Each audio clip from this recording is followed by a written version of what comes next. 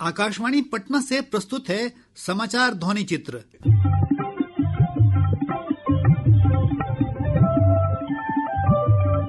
आज के इस अंक में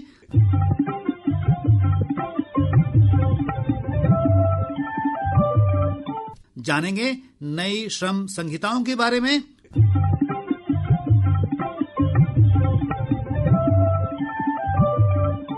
होगी एक रिपोर्ट श्री राम जन्मभूमि मंदिर ध्वजारोहण समारोह पर,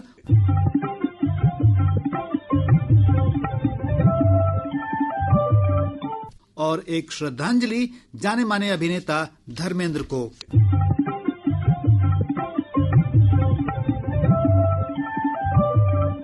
केंद्र सरकार ने देश में दशकों पुराने श्रम कानूनों को सरल और कारगर बनाने के उद्देश्य से 21 नवंबर को 4 नई श्रम संहिताओं को लागू कर दिया। श्रम और रोजगार मंत्री डॉक्टर मनसुख मांडविया ने कहा कि नई श्रम संहिताएं देश के कार्यबल के लिए बेहतर वेतन, सुरक्षा, सामाजिक सुरक्षा और कल्याण सुनिश्चित करेंगे। जो संहिताएं लागू हुई हैं वे हैं वेतन संहिता 2019, औद्योगिक संबंध संहिता 2020, सामाजिक सुरक्षा संहिता 2020 और व्यावसायिक सुरक्षा, स्वास्थ्य तथा कार्यदशा संहिता 2020।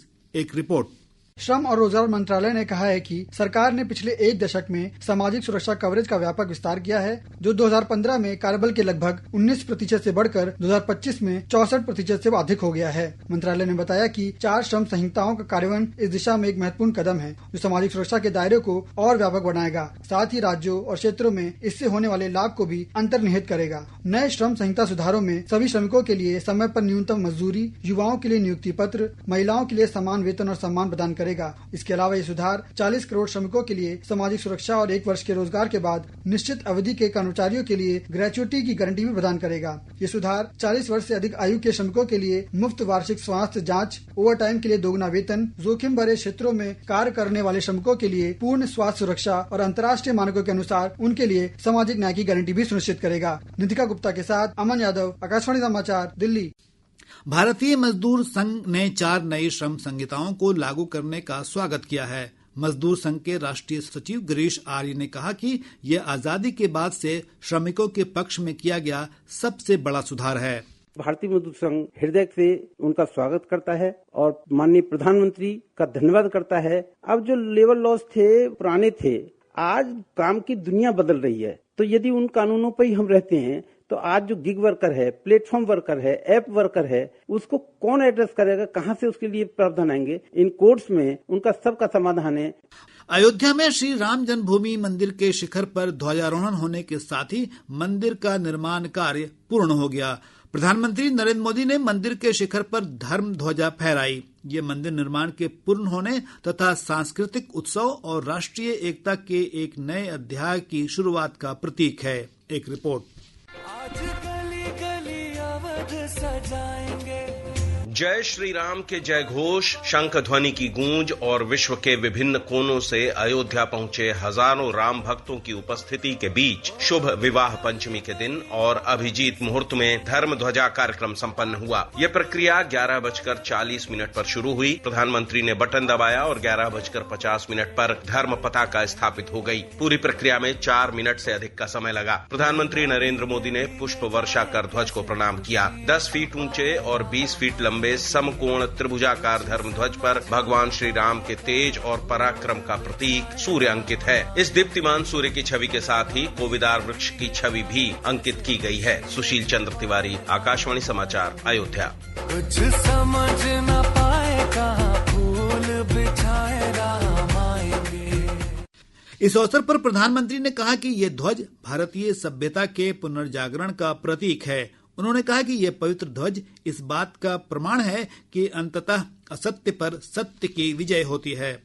आज संपूर्ण भारत, संपूर्ण विश्व राममय है। हर राम भक्त के हृदय में अद्वितीय संतोष है, असीम कृतज्ञता है, अपार अलौकिक आनंद है। सदियों के घाव भर रहे हैं, सदियों की वेदना आज विराम पा रही है।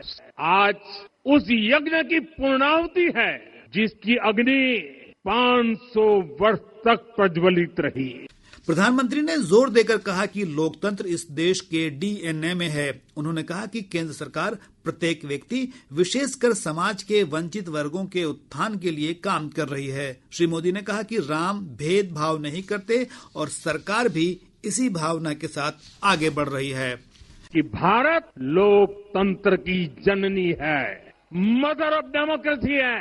लोकतंत्र हमारे डीएनए में है।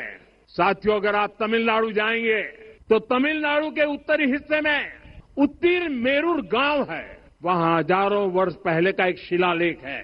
उसमें बताया गया है कि उस कालखंड में भी कैसे लोकतांत्रिक तरीके से शासन व्यवस्था चलती थी, लोग कैसे सरकार चुनते थे।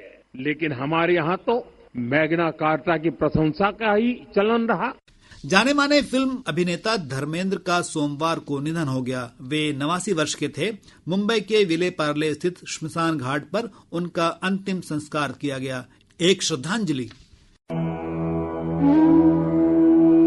1960 में दिल भी तेरा हम भी तेरे फिल्म से हिंदी फिल्म जगत में डेब्यू करने वाले बॉलीवुड के हीमैन धर्मेंद्र ने 89 वर्ष की आयु में अंतिम सांस ली। मुंबई के विले पार्ले स्थित शमशान घाट पर धर्मेंद्र का अंतिम संस्कार किया गया। बड़े बेटे सन्नी देओल के मुखाग्नि देने के साथ ही हिंदी फिल्म के एक अध्याय का अंत हो गया। धर्मेंद्र के निधन की खबर सुनकर फिल्म जगत से लेकर राजनीतिक और सामाजिक हलके में शोक का सन्नाटा पसर गया। हर तरफ से शोक संदेश आने लगे। इधर धर्मेंद्र के चाहने वाले उनके डायलॉग, उनकी अदाकारी और उनके किरदार की चर्चा में मशगूल हो गए। जाऊंगा, फन जाऊंगा, मर जाऊंगा, वही कर रहा हूँ भैया जो मजनू ने लैला के लिए किया था, रांझा ने हीर के लिए। धर्मेंद्र ने अपने 6 दशकों के फिल्मी करियर में 300 से अधिक फिल्मों में अपनी अदाकारी का जलवा बिखेरा। उनकी यादगार फिल्मों में शोले, चुपके चुपके, राम बलराम, आंखें, फूल और पत्थर जैसी सैकड़ों फिल्में शामिल हैं। पिछले साल 2024 में तेरी बातों में ऐसा उलझा जिया फिल्म में अंतिम बार वो नजर आए। धर्मेंद्र फिल्मी किरदारों को पर्दे पर जीवंत बना देते थे। मैं भी तेरे खून की कसम खाकर कहता हूँ, एक एक को चुन चुन के मारूंगा, चुन चुन के मारूंगा। यही कारण है कि हिंदी सिनेमा में सबसे अधिक हिट फिल्में देने का रिकॉर्ड भी उनके नाम है। हिंदी फिल्म में अमूल्य योगदान के लिए उन्हें 2011 में पद्म भूषण से सम्मानित किया गया। धर्मेंद्र ने राजनीति में भी किस्मत आजमाई और 2004 में भाजपा के टिकट पर बीकानेर से लोकसभा के सदस्य भी बने। धर्मेंद्र पंचतत्व में विलीन हो गए, लेकिन उनकी यादें सिनेमा प्रेमियों और चाहने वालों के बीच हमेशा जीवित रहेगी। अलविदा धर्मेंद्र। आकाशवाणी समाचार के लिए पटना से मैं उपेंद्र पासवान।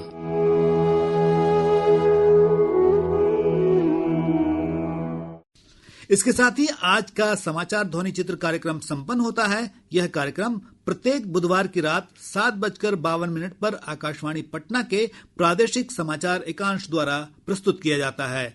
संपादन अभिषेक दास, वाचन समी अहमद, ध्वनि अंकन कुमार अभिषेक और प्रस्तुति कृष्ण कुमार लाल।